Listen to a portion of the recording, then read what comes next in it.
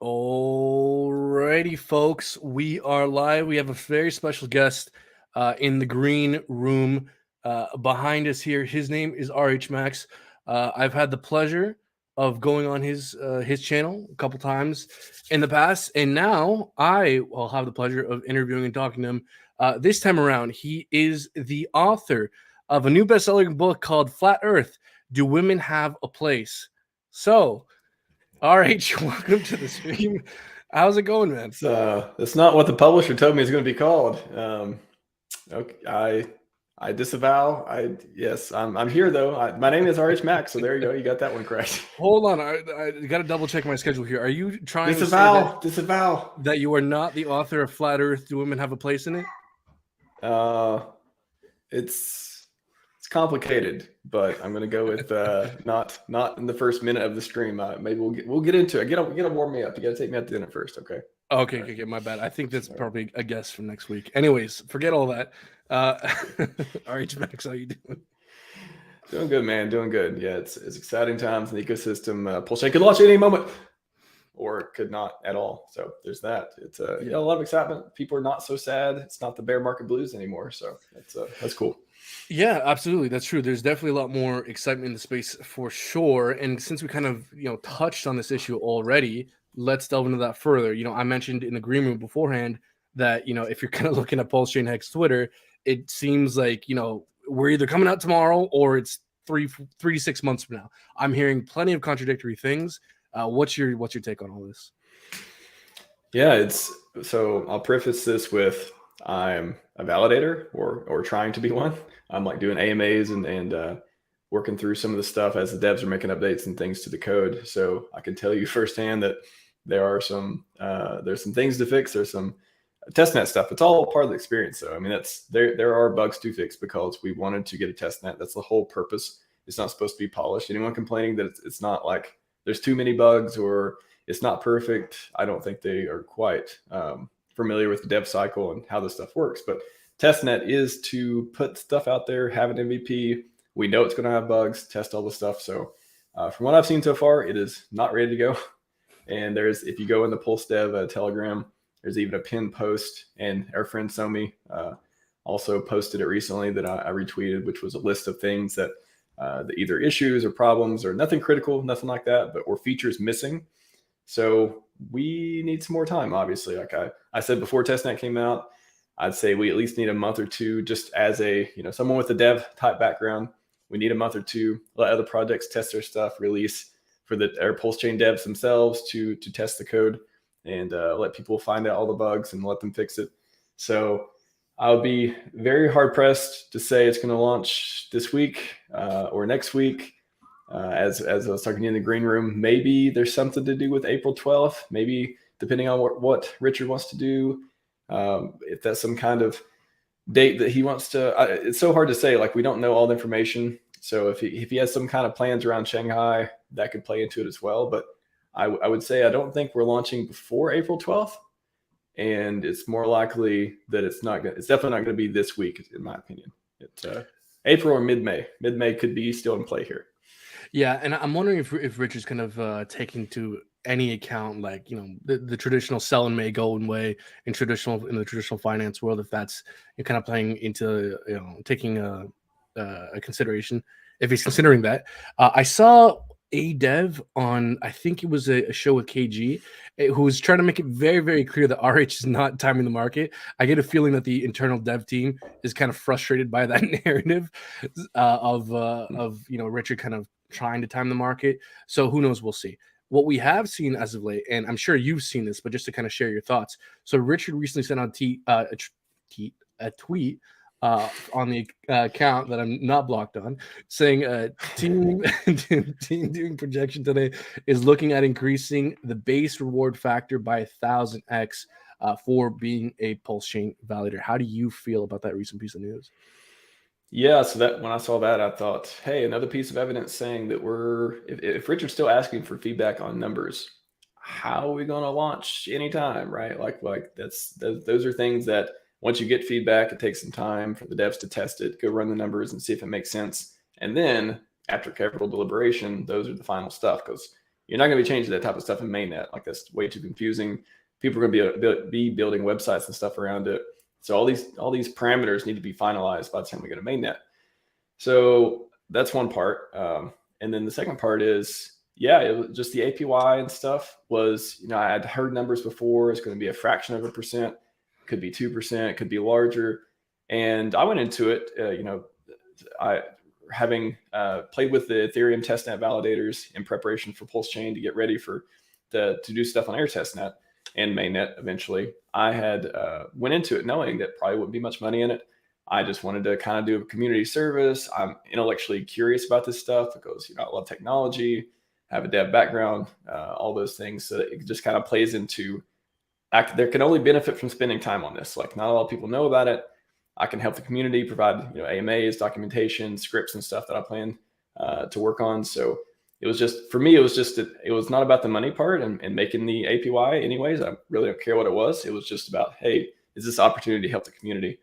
So increasing it and all that, it sounds like with, a certain number of validators, I believe it was 40K, it would get us up to 3% APY. I believe those numbers he shared. Yep. And less if there's more validators and more if there's not. So I think on testnet now we have like 4K validators or so, but also heard that some of those are maybe left over from V2B. Maybe they're not working right now. They haven't switched over. They're kind of like, or it's just the devs themselves who are running all the validators. Not a lot of other people testing stuff out yet. So those numbers may not be super accurate. So we may be in the hundreds or, small thousands of actual individual users in the community running them. But I'd like to see what happens on mainnet. I'd like to see, how that works. That could be an opportunity. You could get a lot bigger APY if you're one of the first set of validators for a while. But if Pulsechain explodes like I think it will, and like we all hope it will, then that APY may be going down and down and down because more people getting involved. Right. Yeah. And even a small APY and something that's growing tremendously is highly valuable. Now, yeah, I know the price counts into it too. So yeah, if Pulsechain goes to a penny, we're going to have a lot of validators. Yeah. Like people see 2%, 3%, but it's 2% in what? It's 2% in one of the best assets in all of crypto. So, you know what I mean? Like a lot of the time, when people either look at different DeFi things and liquidity providing things and they see 300%, well, there's a reason why that's 300%. It's 300% number one in what, and what's the risk for getting that 300%. So the reward in what matters tremendously, for sure. Now, exactly. You said something very exciting in the green room, which I want to get into, as to you had some thoughts as to kind of what we're seeing with kind of Pulsechain updates to kind of get a more realistic timeline of things. And I really want to delve into that. But before we do, I think it might be helpful, since I get the chance to now talk to you, kind of interview you, ask, Sure. I want to get to know you a little bit more. And I find this kind of question particularly interesting as a YouTuber content creator myself. What drives you to make content? Because you spend a lot of time doing this shit. I know, man, like how much time this takes, all the editing, the research involved, you feeling like you got to keep up all the time. What drives you to make a channel? What drives you to keep doing this? Yeah, it's a good question. I think it just came from, so I've been following Richard for 6 years plus or minus, and I've been pretty passive in the community until about a year or so ago. And I think I always think, when people ask me this question, I always think of, okay, was there a moment or was there a time or something I can reflect back on that kind of pushed me over the edge to get into content creation, to get into being even active on Twitter in the community and even talking to people? Because before I was watching live streams, I wasn't really even talking to the community or anything. And I always go back to this, this memory of him talking about on stream, like people asking, hey, how can we help? What can we do? What should we do in the community? What's going to help us grow? And he always, one of his answers he always gave was have utility, like be useful, do something that matters, like makes impact, that helps something grow. And it's definitely something, being a person who, I like projects. I like taking something, an ideal, and turning it into real life. I like, pushing it to the highest extreme, doing excellent work. I'm someone who likes to do that kind of thing with any project I work on. And for me, this is just another project, streaming, helping the community, doing the dev stuff, providing information, analyzing situations, and based on my different skills, security background. I do a lot of security AMAs, more so these days now. it's just a project for me to provide utility, provide value, and help the community where I can. So it's just one of those things. I like doing it because I know that people out there appreciate it. I know that I'm making an impact. And yeah, like I said, if you're going to be in the community and you want to see us grow, if you really want to have an impact, you got to go do something. Whatever your skills are, whatever you're interested in, like make a positive impact. And it's not just arguing on Twitter or retweeting drama and all that stuff. Like creating content, for example, as you mentioned, doing streams, clipping, thumbnails, all that stuff. I didn't know how to do any of that when I first started, but I was like, hey, here's what I'm going to do. Here's my project. I know it's going to take time to get good at it. I'm just going to keep going towards it until I feel like, I'm at a good flow state. And then maybe I'll slow down a little bit. That still hasn't happened yet. I feel like I'm streaming every day, sometimes twice a day. But I think it's been helpful. I get a lot of good feedback from the community as well. So value, it's not, I try to have a unique brand. Like I don't monetize. I don't want your money. I want to make my own money. I just want to, help everyone else win as well. I don't think a lot of people put out as many clips. Every day I have like different clips from different interviews coming out or streams and AMAs. I'm doing like Richard Throwback Thursdays for 2 years. I have vintage and notable RH clips scheduled to come out and all that stuff. So I try to just, whatever unique value I can bring, I try to bring that and try to build my brand around that. And, eventually you want to be somebody that people can trust. When you say something, it means something. And I think that's a reward in and of itself too, to have respect of the community and just be able to make a positive difference. So for me, like I've said it before, if I ever disappear one day, I go by an island, whatever, everything goes to the moon, at least I hope everyone would be like, yeah, what, that's cool. He was a good guy. He contributed enough. He did enough. He can do whatever he wants now. But it's, I think that's what motivates me. That's awesome, man. Yeah, it's really cool to hear. To kind of build on top of like some of what we touched on here, you mentioned it seems like you had kind of quite a history even before crypto in terms of, you said you did security stuff, dev kind of stuff. If this is something I'm very much interested in, what I'm about to ask, because I think not only does it relate to crypto specifically, but personal development in general. And if you see smoke, my house is not on fire. It's a candle. Anyways. Nice. Candles, very appropriate. Yeah, absolutely. It's just cold where but no, so what I'm trying to get to is I want you to perhaps take a moment to look back on, number one, the success you've had in crypto, but also just personally, personal development wise, career wise. If you had to give advice as to how you have found that success, both in investing or maybe if you want to take the investment front or personal development front, in careers, just in your personal life, when it comes to investing, if you had to kind of like give advice to your nephew or something, how would you go about doing that? Well, there's a lot of different angles and ways to get into on that. As someone I've been on like a wealth, wisdom, happiness journey for the last few years as well, trying to soak up a lot of knowledge from Richard, Naval Ravikant, Alex Ramosi, a lot of different wise people in the world that provide their own value in different angles. But as far as, I actually made a tweet today that's pretty relevant, I think. And it was basically talking about, I was trying to think of how do I better explain it? Because I talk to friends and family about, this stuff sometimes. And I never want to make any guarantees. I never want to make any promises, but of course, in deep down in my heart, I know I know I have the winning plays. I know this community is the best. Real products, it can get you rich, make the right decisions. You got to hold and all that stuff. And I was thinking of how to explain to people, how to get them out of that, how to get past that no coiner mentality of it's just a gambling thing. You're just going to lose your money. You're just rolling the dice. That's not a real investment. Like, when are you going to stop doing that? I don't believe you. I don't want to go back to like, hey, have I ever lied to you before? Have I ever told you about something? I was super passionate about it and been wrong about it before. I want to get past even my track record or any of that stuff. And I want to drill down into like the mindset of getting people past this idea that you tell them about crypto and then maybe they get in, maybe they don't. Let's say they even get in, they get past the first stage, and then they just treat it like this slot machine. It's just this gambling thing that they do. and they just throw money in places and hope it gets better, and they sell as soon as they can. Get out of that. How do you get them out of that mentality? And the tweet I had today was just talking about, very, very short, but just talking about how just getting people away from this gambling thing and into an investment.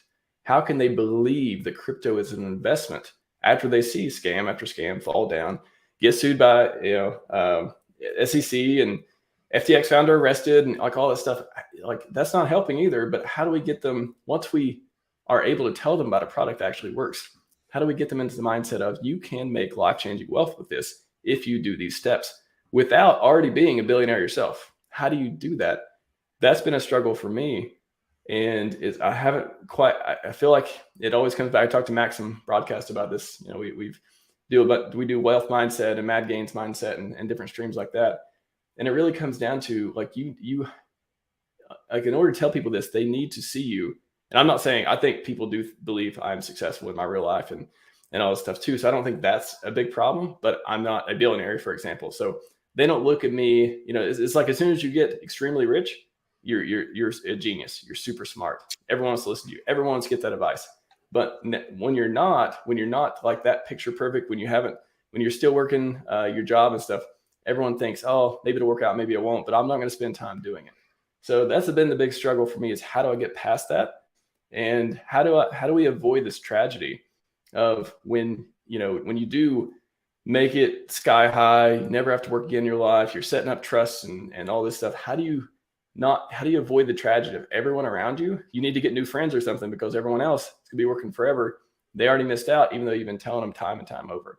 So if anyone has a secret to that, let me know. I've tried a few different strategies, and at the end of the day, I think it just comes down to, it's either meant to be or not.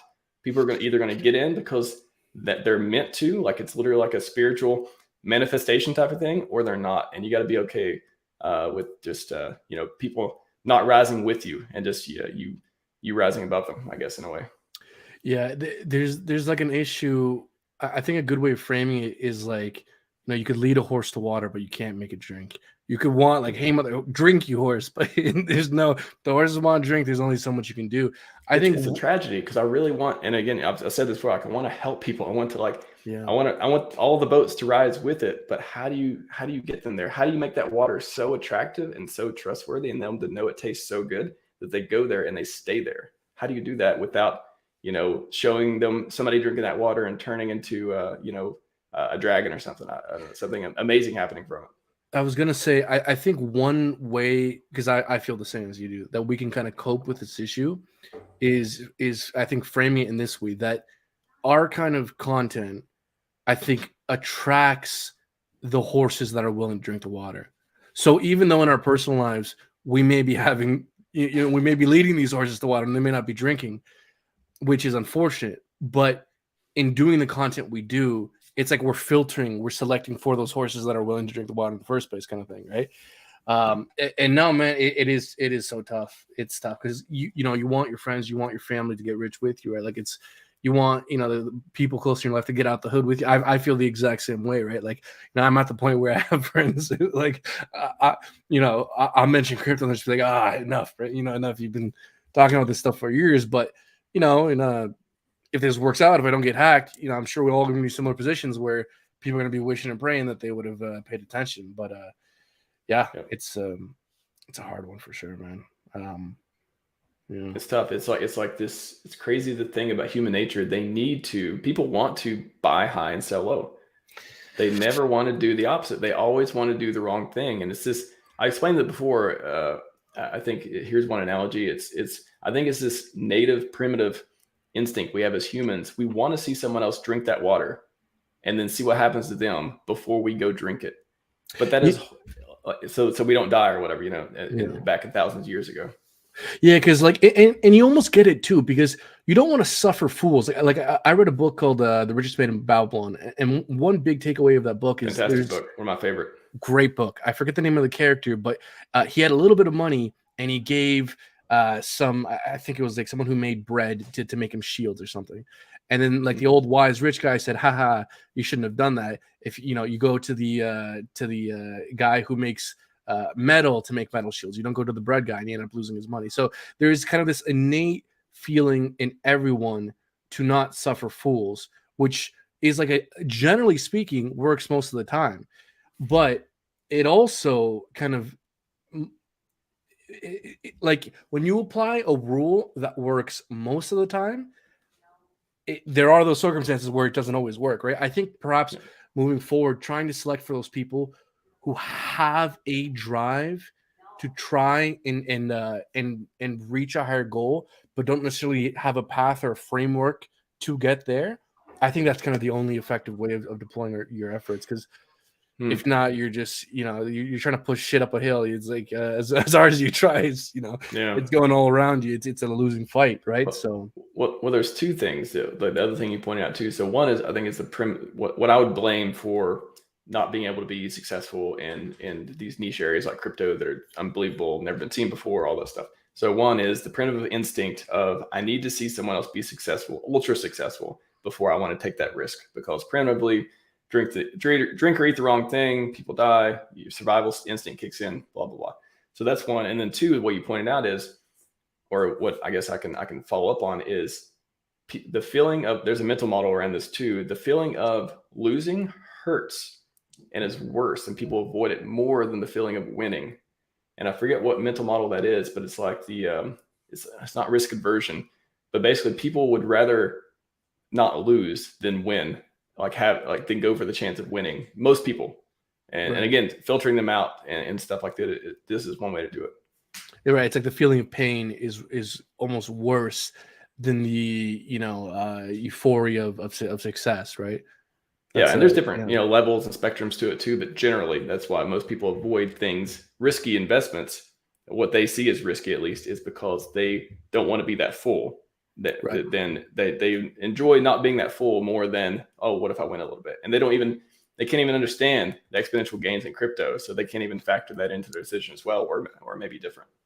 Yeah, it's so tough. Okay, I want to get into some strategies and ways of thinking in order to mitigate the risk of one's own emotions. I'll get to that later on, but before we do, I really want to get back to your view on how to think about these updates with Pulsechain. This was something super interesting that you mentioned beforehand. I think this is kind of a new thing you haven't talked much about quite just yet. Do you want to frame this, kind of explain to the people how you've come up with thinking about these Pulsechain updates? Sure. So I've been thinking about, there's a few different ways, a few different indicators I want to go through. And some I've talked about before, at least one I haven't. And I think it's a pretty important one too. Maybe I've alluded to it, but I haven't really did it in a formal discussion like this before. So first of all, I want to say none of these require any special skills or exclusive access. You don't need to be in a paid group. You don't need to all this public information. There's no secrets. And it reminds me you have some of these extreme money maximalist people who are, in the community, they're not, or whatever. And then they don't want to share information. I don't know. Just the transparency thing is a little annoying to me sometimes. I'm like, it'll be on the stream. Oh, don't talk about that. Don't talk about that. Don't give the people that. I'm like, man, I want to help the community here. I don't need to have all these secrets. So these are things I want to share with you all. I would say the three big things, and anyone can look at this. Anyone can do this. Again, don't need special skills. Maybe you need a little bit of tech skills for some of them. But first of all, I'll start with the basics, the hex price. So perhaps people in the last few days have been voting with their money. There's one theory for you. We were at 12, 13 cents on May at launch. And then now, yesterday at least, I think we're up a little bit now, but we went around 7 or 8 cents. So to me, my first thought was, well, people don't think Pulsechain is that close because it makes no sense to sell right before the fork. If anyone in this community knows anything, they think that all the coins are going to have a value once the Pulsechain fork happens. It is hex, so you're going to want that PX copy. So that's one thing. So looking at the hex price, for example, if you see it go lower, to me, that says, unless there's just going to be some crazy, 4-hour run up before launch and then just literally get the greenest candle you've ever seen in your life, I don't think that's going to happen. I think it'll be gradual again. Not financial advice, just my personal opinion. So that's something you want to look for. So hex price. Second thing is LP. So that kind of ties into LP positions as well. It would make sense for the LP to be pulled, because as far as I know, your Uniswap LP position, which is kind of like a special NFT, isn't getting copied over Pulsechain.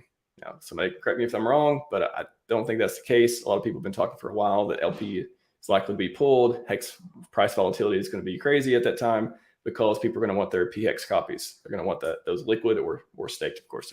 We know those get copied over. So recently, I wrote a tool. I wrote some code, as a dev might do, and you can run locally, and I can share the link and stuff as well. I have it on my GitHub. But if you know how to use Python, know how to use command line, it basically, you can use it to get the number of hex in the liquidity pool and Hedron. It supports hex and Hedron. You can get, it just goes through a few different pools, mostly the biggest pools, and it'll tell you how much USD liquidity is there. And then you can also track it. You can say, okay, over some time period, if it goes, after 4 hours, 8 hours, whatever it is, if you notice a 10% change, 20% change, some big swing, that could be a sign of liquidity changing. Maybe it's getting pulled. It just, okay, I need to go investigate. I detect something may be happening. So that's another way, an indicator that something around launch may be happening. You may see liquidity move around. And then the third one is the one I haven't really talked about much, which is the certificate transparency reports. So big words, nobody knows what I'm talking about. It reminded me around the testnet launch, we saw some people talking about DNS, some different domains coming online. And that reminded me, like, oh, wow, that would be an easy thing to write, or easy thing to check would be like, if we could look at the different certificates being published, because all this public information, you can look at the transparency reports. You can look at certificates for different domains being published when people register them or create certificates, all that. You can see the domains that exist. You can use different information to put together. There's different services offer this. There's different code that you can use to track this stuff. And for example, if you see one day you see mainnet.pulsechain.com get registered or a certificate created, hey, indicator, right? So there's ways to do this. You can Google and find out different services that can help you, or code. If you're a coder, you can write this stuff yourself to look at it. There's different frameworks, but that is another sign that you could use to say, okay, if something interesting looks registered and it's not testnet, or maybe it's something in testnet you just want more information about, RH or otherwise hasn't talked about. That's one way you can get more information. Again, all public information. It's all fair game. So those are the big three, I would say. And the fourth one that's, I don't think is being very utilized right now, that I tweeted about, I think a few weeks ago. If you are not subscribed to Pulsechain GitLab updates, you're missing out. So just about every day I see in my inbox, I see updates for code or merge requests or documentation updates or something going on. So the devs are working on stuff, and I'll just drop this link. I'll put it in the private chat, because I imagine I'm not a mod in this channel yet, but I'll drop it here so you can post it. And that is I went through exactly how to subscribe to GitLab updates. So when they make changes in the repos that are public, now they may make private changes and you can't see those or know much information, but the public updates you can see and you can track those. And if you know what's going on, or you can try to read into them if you want, but that's another way to get information, to try to put some of the pieces together. So those are 4 different ways. Everything else is just guessing, speculation. Even what RH says, you go back, he's been saying launch is closed for 2 years now. So if he says this is your last shot, again, I don't take everything he says with definite certainty. But those are 4 things I think that you can use as indicators to try to put some of the pieces together. And if you're doing them and other people aren't, maybe you can give yourself a leg up. All public information. That is such a great way of thinking about this. I'm so glad you put this in tangible terms, because everyone's grasping for straws, trying to read the tea leaves and read into what each and every tweet means and the frequency of tweets and all this stuff. But these are very, very tangible updates, specifically the GitLab.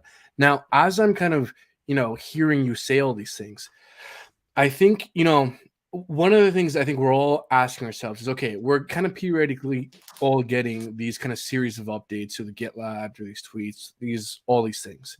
But how do we know which one of these updates is the one that kind of really signals we're getting close here? Now, I have a tweet from Hexologist I want to bring up here in a second. But one thing I want to bring up before we get there is, your point about the liquidity providers. That's a very, very interesting thing to kind of dwell on, because liquidity providers are presumably, we can argue the point here, smart money, whales, people who have a large financial interest in getting this right. And we're not just saying, their behavior is 100% guaranteed to be the most optimal way of playing this, but they have financial incentive to attempt to try and time things somewhat right. And you're right that perhaps, when they do start to withdraw from their LPs, that might be the sign that, hey, we're getting close. And what I'm thinking is, as we get all these updates in the GitLab and all those kinds of things, whatever one of these updates triggers the liquidity pool, that's probably the update that kind of matters in terms of us getting closer. Do you understand what I'm trying to get at here? And would you agree with that? Well, that's why I wrote some of the code to track it too, because it's I think when we see people pulling massive amounts of liquidity, and even there's the I think Hex Whale, the whale bot, it's even said before about liquidity being pulled. And had I known better before, I may have thought, oh wow, maybe something about to happen. Although I knew testnet was coming and stuff like that, so it probably wouldn't be a mainnet suggestion. But you can see it, you can get alerts from that too. But yeah, I mean, that's if you want to get your copy. As far as I know, if you are holding liquidity, you're not going to get a copy of that you can use on Pulsex, for example, because there's not going to be any Uniswap on Pulsechain, as far as I know. So yeah, that would be they would want to pull liquidity, have it liquid or staked, whatever, get their copy, and then put it back afterwards and do whatever they want, bridge it over. So I think liquidity is a big sign. But how do you track that? Again, it's like I wrote some code to do it. You can use Hex, the whale bot that says all the extreme transactions that are happening, the buying and selling, and it's talked about liquidity before. Or you just listen to TA people or people on stream that want to talk about these things going on. But to me, yeah, that is one indicator that something big is about to happen, especially since we're in testnet v3. Richard says it's the final one. This is not going to testnet v4. It doesn't look like. So if mainnet's next and you see liquidity being pulled, looks like a sign to me. If it's like really drying up and then you got other people looking at it and you see all the tweets, oh, look at all the stuff, like from trusted people, right? That would be a sign for me.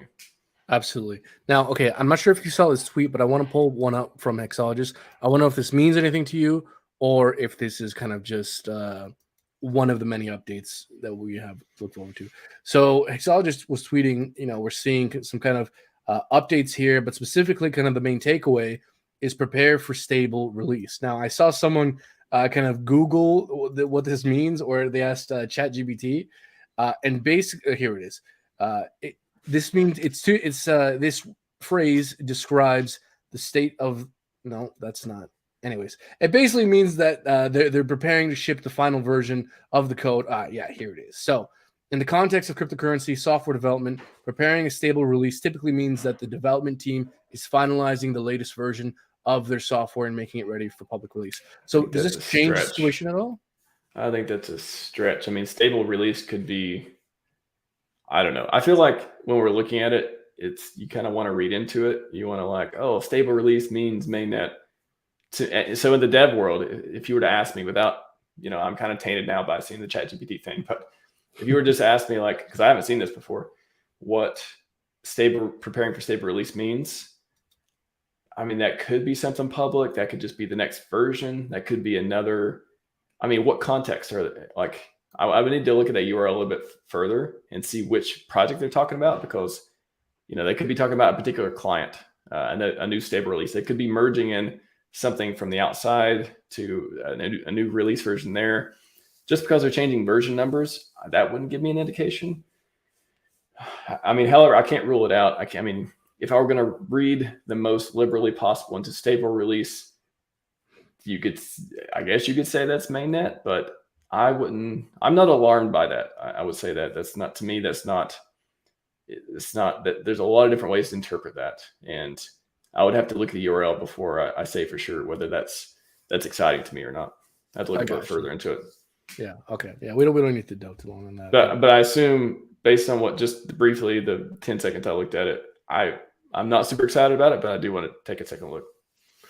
Now, I know we kind of touched on this, but I want to bring it back because this is interesting. You're trying to be a validator, is that correct? Yeah. Yeah. How's yeah? Go ahead. I would say I've been prepping. So I think in January, February, I started practicing with Ethereum testnet, which was a mess, which should have been because 8.2.0 threw everyone a wrench, and now they're trying to figure out documentation, how to figure all this stuff out. But yeah, I started practicing there, and thankfully I did, because it's not easy. You need to be pretty technical to pull this stuff off by yourself. I think I was doing an AMA last night, and somebody asked, like, could I do it? If you don't have a lot of technical skills or whatever. And my response was, not right now. I think that the community, David Feeder just released a tutorial this morning along with a script that automates a bunch of stuff. So shout out to him. He'll be on the show Friday as well. We'll be talking about a lot of this stuff. But I think right now there's not a lot of easy buttons to do it. In the future, however, maybe this year, maybe next, I hope Alex from Hedron builds the plug and play validators where you just configure it like you would a router, super easy. I hope that the community, maybe myself, will be contributing some scripts or blogs, tutorials on how to make this process a lot easier. But me, I mean, working in for a long time, having a dev-like background, all this stuff, writing code, it took me a while to wrap my head around these concepts to actually understand it. I mean, anyone can go type in a bunch of commands and hope it works correctly, but to actually know what you're doing, to know what a beacon client is versus a validator client versus an execution client and all this stuff, and like actually understand what your computer is doing, that takes some brain power and some work and some research, even if you already have a tech background. So You're basically taking a college course on this stuff to get it right. I feel like, yeah, I mean, it's like you could say, like, people say, oh, self-taught developer, self-taught coder, self-taught validator could be like a semester course of something. Like it's that much information. Yeah, absolutely. And not like a 101. It'd be like a, like 200 class, 300 class, that type of thing. Yeah. Okay. I wanted to ask you point blank, do you have a Hex next cycle all-time high price prediction? What is it? Set it in stone. We want 100% guarantees. I hate to disappoint you, but I try my best to avoid price predictions because I don't like to be wrong. Yeah. And I don't believe anyone knows. However, I love them when you give them on my show. I do love that. But yeah, I just my answer is usually look at what it did in the past. Look how many more people we have now. Look at what's being built around it. Look at what's being already built on top of it. Look at what depends on it. Look at the $1 billion in it, and then you decide whether it's going to go up or down. I think that's the way I look at it. It's an unsatisfactory answer, but a smart one, because I totally agree with you. Giving like these fixed arbitrary price, it's total just pulling something out of your ass. It's just for fun. I think personally, timing analysis and looking out for signs of market weakness is a far more tangible, getting it's a way of trying to get closer from complete randomness, right? It's not like a perfect way of doing things, but at least it's not like completely random and pulled out of your ass. It's somewhere on the spectrum, right? Yeah. So yeah, I agree. I just want to say real quick, I just noticed your whole background deal is like all the failed stuff. And I first thought it was like BlockFi. Is he sponsored by BlockFi? And I saw SafeMoon. I'm like, wait a minute. And then I see Carlos Matos. I'm like, hold on a second. And I look up and I see Luna and Solana and all this stuff. I'm like, all right, this is definitely a joke. It's very cool. I got to update this too, by the way. This is like from way back when. I got to put FTX here. I got to put there's a couple. There's more failures. Yes. To put on here.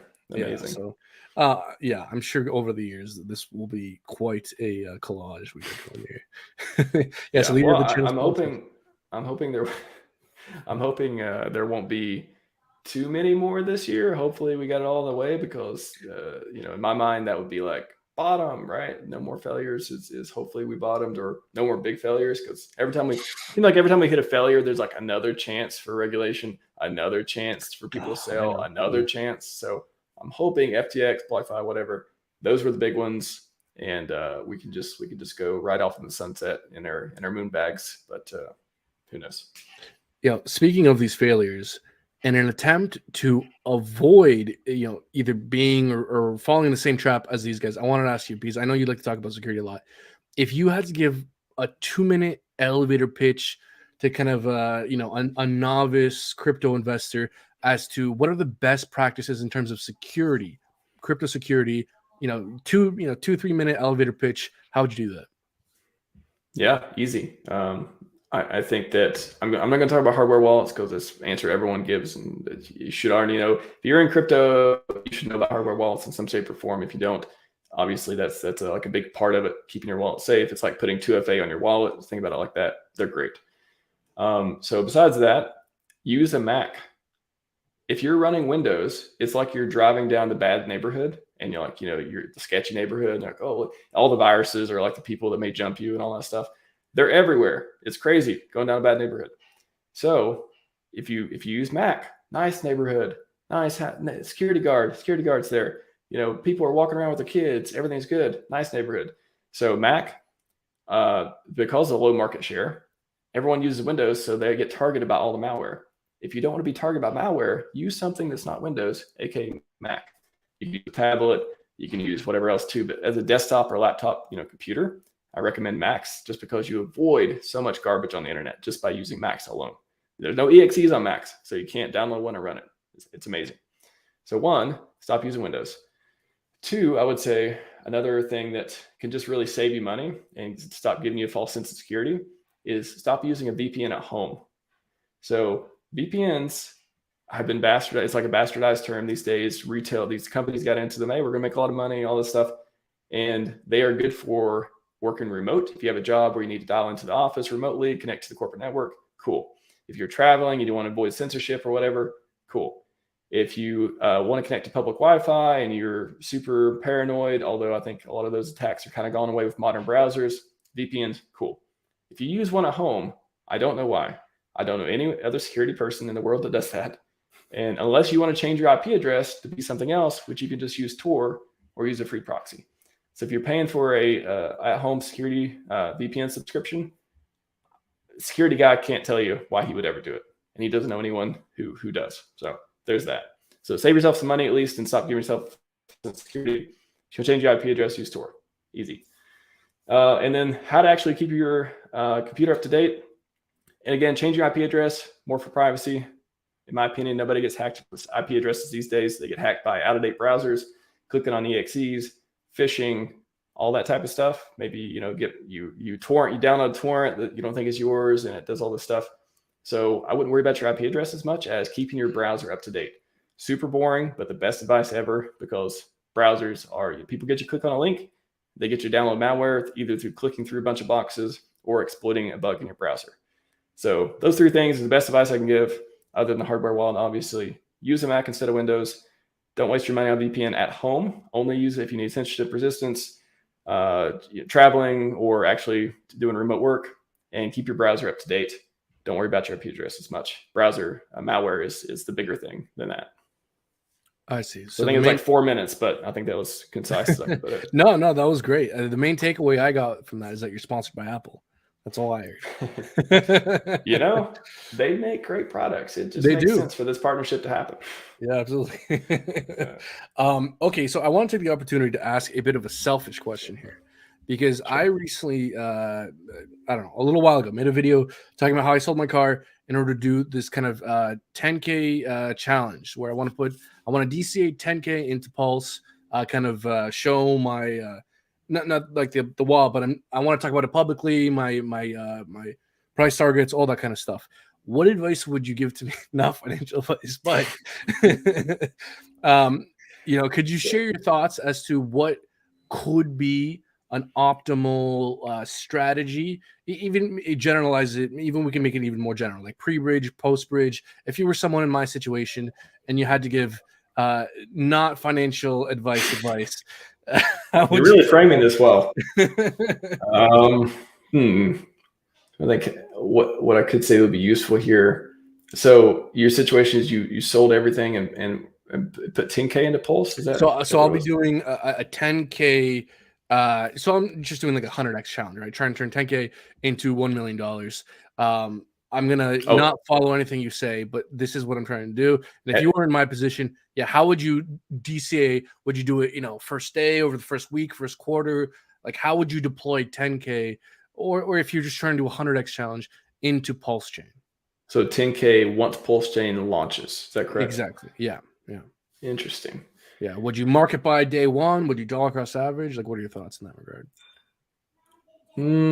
Again, not financial advice in any way, shape, or form. Just thinking out loud what I would do if I was going to put 10K post Pulsechain launch. I think you have a few options. I mean, it's kind of sucks you missed the sack phase and all that. But there's, if there's a big dump, there's the opportunity. We don't know if it's going below sack price or not.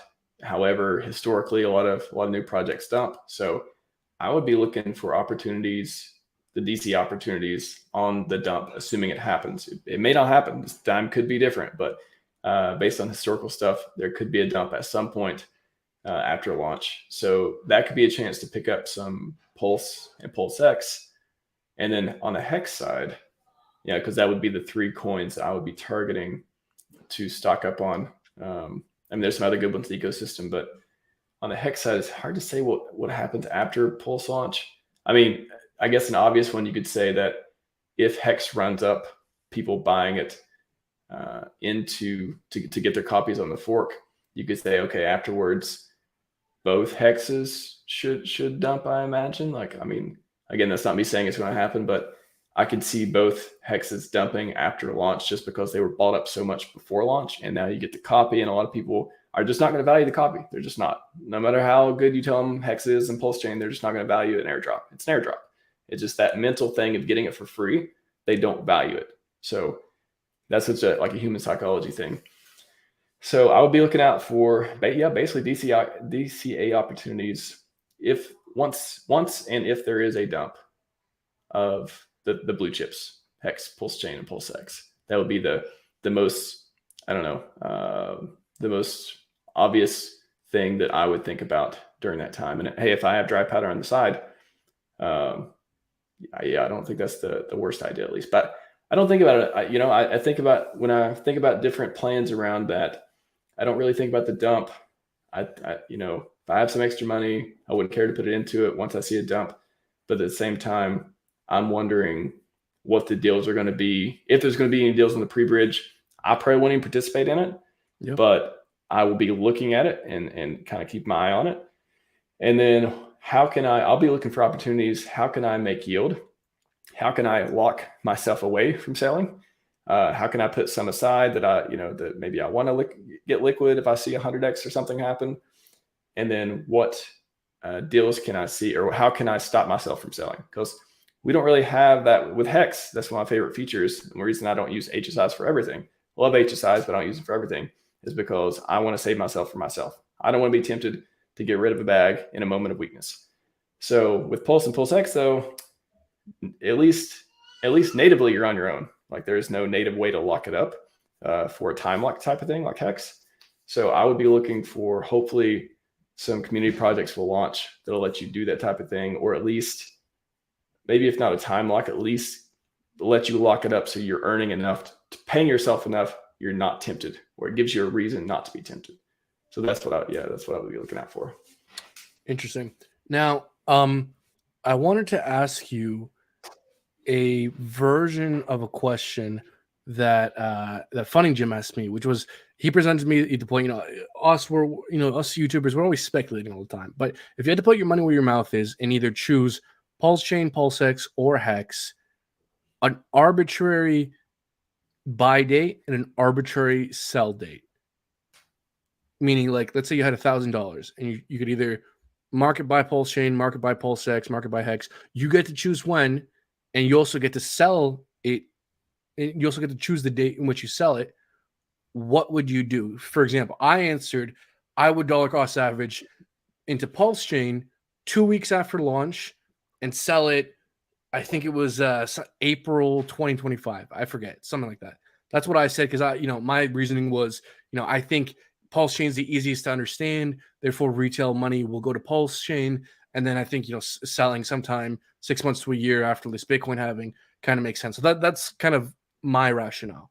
How would you tackle this question? Completely hypothetical. Again, not financial advice. Top of my head, I would think I could see buying it 2 to 4 months. I don't think 2 weeks. I think just in my head here, I'm thinking, hey, maybe some kind of dump, but then I think it'll take a few months before we get a real let go of, hey, let's take some profit or see what else is going on, or some other crypto thing, macro event happens or whatever. And I think there could be more than one leg down later on. So, which could be the real, bottom if we're going into bull after that, which, we all hope we will. So maybe 2 to 4 months afterwards, that could be an area of that could be the a cheaper area. And then, I mean, who knows when the best top is? Yeah. I've heard you talk about 2025, 2024, 2025, 2026. They all seem like bull targets. So I would say somewhere through there. I'll go 2 to 4 months in 2025, just out of my no data whatsoever, just pure speculation.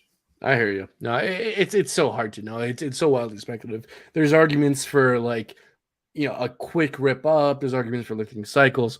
Ultimately, nobody knows. We just got to kind of wait and see. Now, we're running up against an hour here. I do want to wrap things up somewhat soon. Before I let you go, I want to ask you this. You're called RH Max.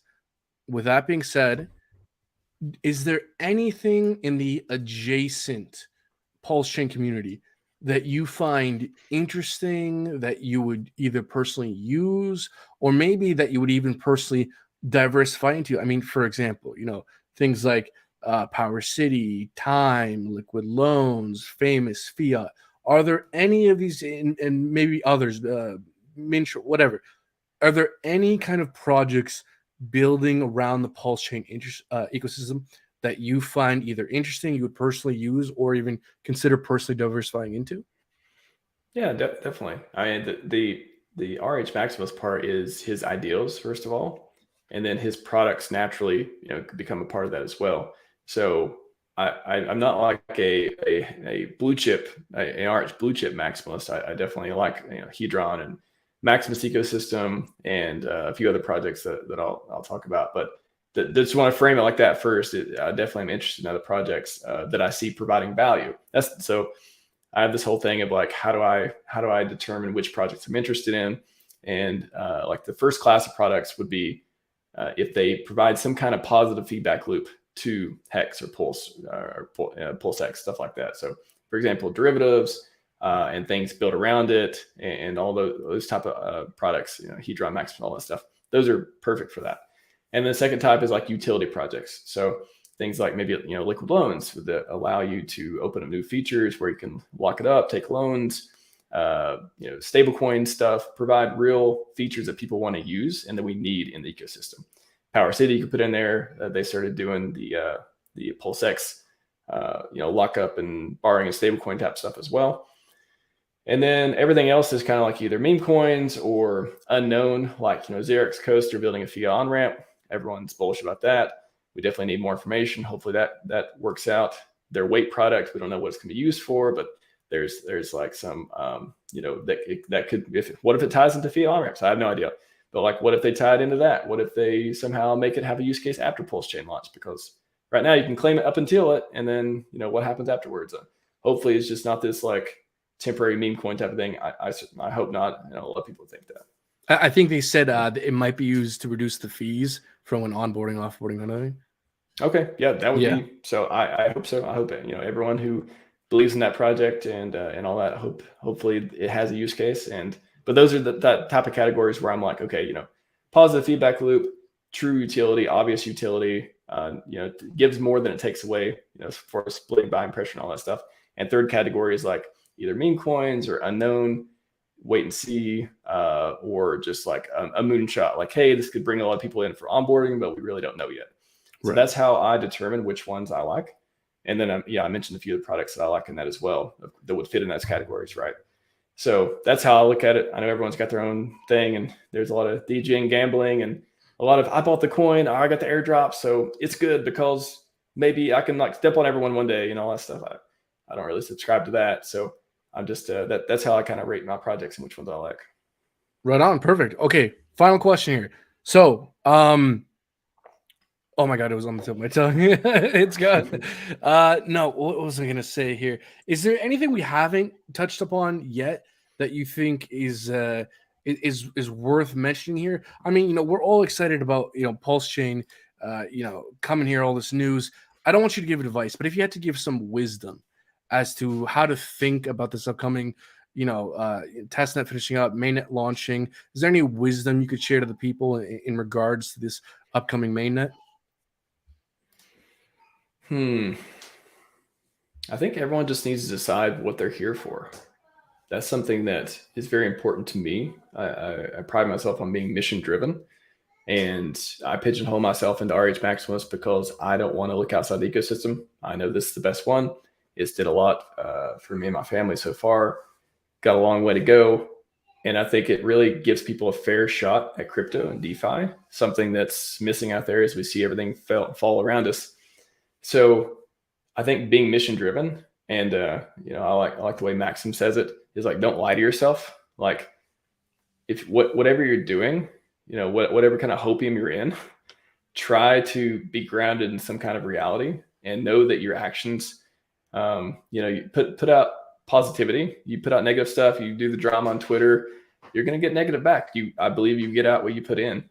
So I think that being mission driven keeps you on a path to get what you want. But first you got to figure out what it is you want. If you don't know what you want, that's fine. Getting rich is that's a fine goal. I always like Naval Ravikant's expression is like, first get rich and then figure out what you want to do, because you may not even know what that is yet. Right. So that would be my advice, is like, be mission driven, figure out what you want, define your principles, stick to them, be consistent, have utility in the community, like, full circle back to my origin story as well. And again, don't lie to yourself about what you want, because if you start doing that, was that Charlie Munger or Warren Buffett, like, you're the easiest person to fool, all that stuff too. So figure out what you want. And if you don't know what you want, just try to do a lot of good stuff and try to stick to your principles until you get there. You get to whatever goal you have. And then you'll have the time, resources, and energy to really explore what it is you want to get out of this life, because we only got one. So I don't plan on being boring or stuck or a wage slave. And I think we can all do great things if we're mission driven. Hell yeah, man. That's a great way to wrap things up. I don't think I can top that. So everyone, like and subscribe, share the stream. I put RH's info down in the description below. Everyone go give him a follow. Number one, thank you so much for being on the show, man. I think this is pretty interesting. And thank you all for watching. And if you don't have any final words, then I guess we can wrap up here. Just smash all the buttons. Glad you got the new channel going. Best of luck on that. And thanks for having me. And thanks for the good questions. Like I tell you prepared. You asked good questions, and I tried to answer the best of my consciousness. Absolutely. Appreciate it. All right, y'all. Sure. Take care. Yeah.